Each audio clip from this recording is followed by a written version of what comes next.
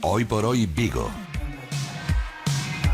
E adicamos estes últimos minutos a unha nova que descubrimos onte a través de SOS Groba e que proxectan dúas centrais eléctricas con auga de mar neste espazo protegido. Por lo tanto, outra nova ameaza, neste caso non eólica, de central eléctrica, e disto nos falaba o noso voceiro habitual para estes temas, dende SOS Groba, dende o Instituto de Estudos Miñoráns, Bruno Centelles. É certo que son dúas centrais eléctricas nestes últimos días de Doga, pero isto ven sobre unha primeira central hidroeléctrica que xa estaba anunciada desde hai anos, que se chamaba Punta Centinela en Mugás.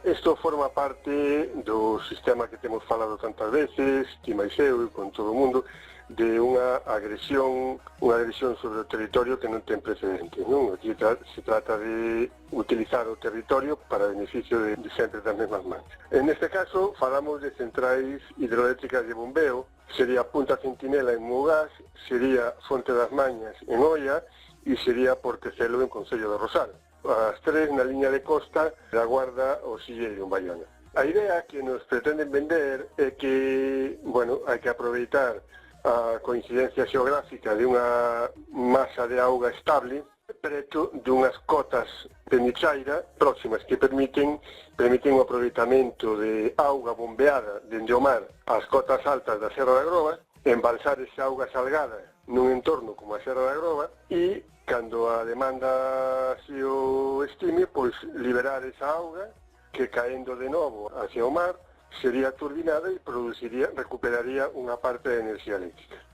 Esta idea nos la venden nos proxectos que teñen a cara dura de decirnos que isto está aprobado xa en Xapón, en Okinawa, e que funciona moi ben, non? O problema, sabemos que a enerxía eléctrica, o problema é basicamente almacenala. É moi difícil, moi complicado, ou prácticamente imposible, almacenar esas cantidades de enerxía eléctrica, e o que sí se pode facer é almacenar auga, sobre todo cando a enerxía eléctrica que estamos utilizando ven de proxectos ou de formas de enerxía, entre aspas, renovables, fotovoltaica ou eólica, que son caprichosas, que dependen de moitas circunstancias e que non son estables. A enerxía eléctrica hidráulica si é estable, si é controlable. As palabras de Bruno Centelles en versión ampliada na nosa web, en breve, en radiovigo.com.